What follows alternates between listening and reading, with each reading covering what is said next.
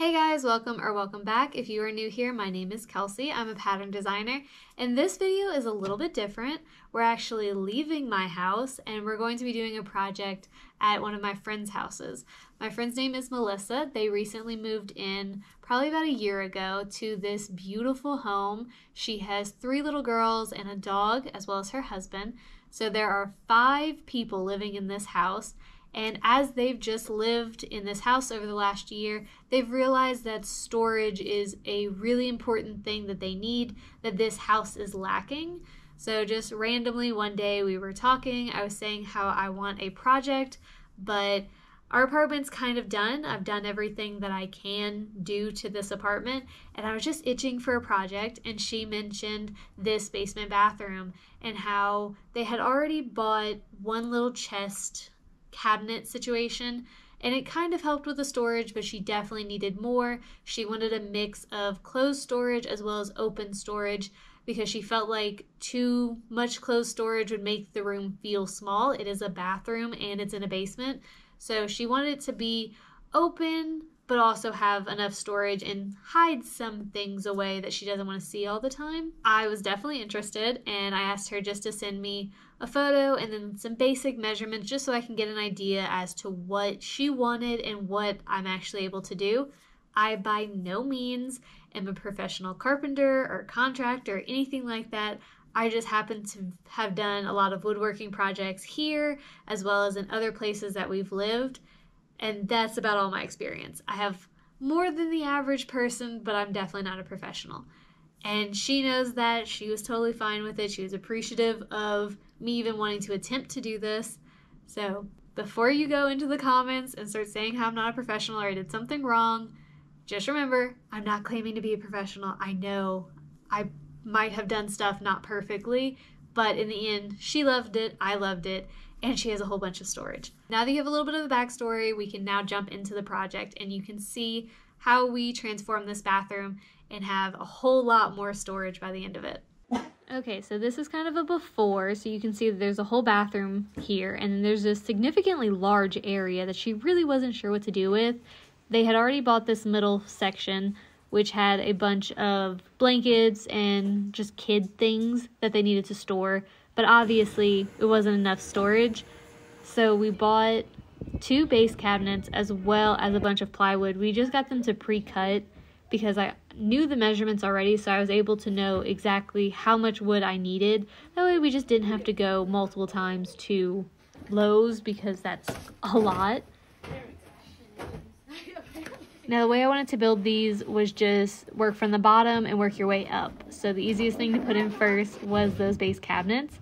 This is the moment we realized we measured from that mill storage thing to the wall and not the baseboard. So we were going to have to take the baseboard off, which is totally fine. Her parents actually live right down the street and her dad had a Dremel that we could use. Now, because these are just basic base cabinets, they do not come with a countertop.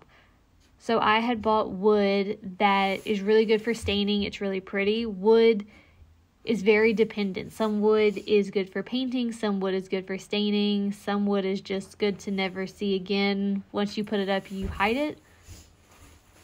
So we did this. The biggest plank I could find was this one, and it just wasn't wide enough as well as long enough to cover the whole base cabinet, so I ended up having to cut them into 2 pieces and then glue it together. It really wasn't that bad, and because the open shelving will be covering that seam, you probably will never know unless for some reason you watch this video and then go to Melissa's house and look. No one is ever going to see it, but this is me just gluing it up. I literally just put wood glue, carefully put them both together, and then I leaned them against the wall, just cleaning up any extra glue because we will be staining these. And if you have wood glue on the wood, the stain will not take it as well. And this is us once it's dry, just making sure it actually fits. The worst thing you can do is go through all that work and then it doesn't fit after you stained it and thought you were done. Now you can see on the wall there is a plug-in. Because of the height of the base cabinet, I have to make a little notch in this wood as well as make a cutout in the box of the open shelving. Just that way she can always use that plug-in. She said she doesn't know when she'd ever use it, but I'd rather her have access to it in case than not have access to it and she needs it. Now we're moving on to actually the box of the open shelving. It's basically just a big U.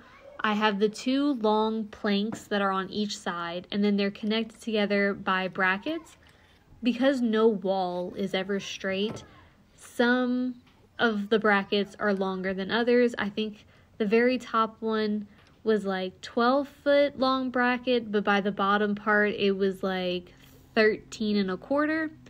It's completely normal for a wall, especially in a basement. Nothing is straight. So just to make it look as built in as possible and not have giant gaps, I had measured each part separately and then cut accordingly.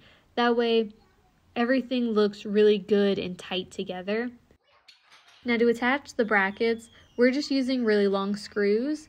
We have very thin plywood that we are going to cover these side pieces with, and those are the ones that are going to get painted, so you'll literally never see any of these things. And it just makes it really secure because we ended up with 4 brackets along the whole back. That way it doesn't wiggle and move as they need it. She does have small children. Now this is the side that has the vent. So you can see us looking up trying to finesse the vent. Each cabinet needed to be its own special custom thing. This side had the vent, the other side had the plug-in. So each one, while the base of it was the same, they did need special little tweaks and modifications just to make it work for the room. Now when it came to the stain, I had 3 stains just at our house already, just from previous projects. One was the natural stain, one was espresso, and the other is walnut. All of them are mid-wax, that's just what I prefer using. And then I kind of just let her swatch each one. This is the back of one of the countertops. That way no one's ever going to see it, but you can get a true sense of what the wood is going to look like with each stain. Because wood takes stain totally differently depending on what wood you're using. And this is me also shading it because it's in a basement bathroom. So while we're in direct sunlight, this will probably never have direct sunlight. So the colors will look different. So while natural looks really light, it's going to look darker in the basement. And espresso doesn't look super dark here, but when it's in the basement, it's going to look darker. In the end, we decided on walnut, which is the one closest to you. I did 3 coats of the walnut just to make it that little bit richer, because we noticed one coat wasn't quite the warmth that we wanted. But 3 coats was like absolutely perfect without it being so dark like espresso. Espresso is just way too dark, especially for a basement. And then natural really just made everything look yellow. And that's not really what we were going for.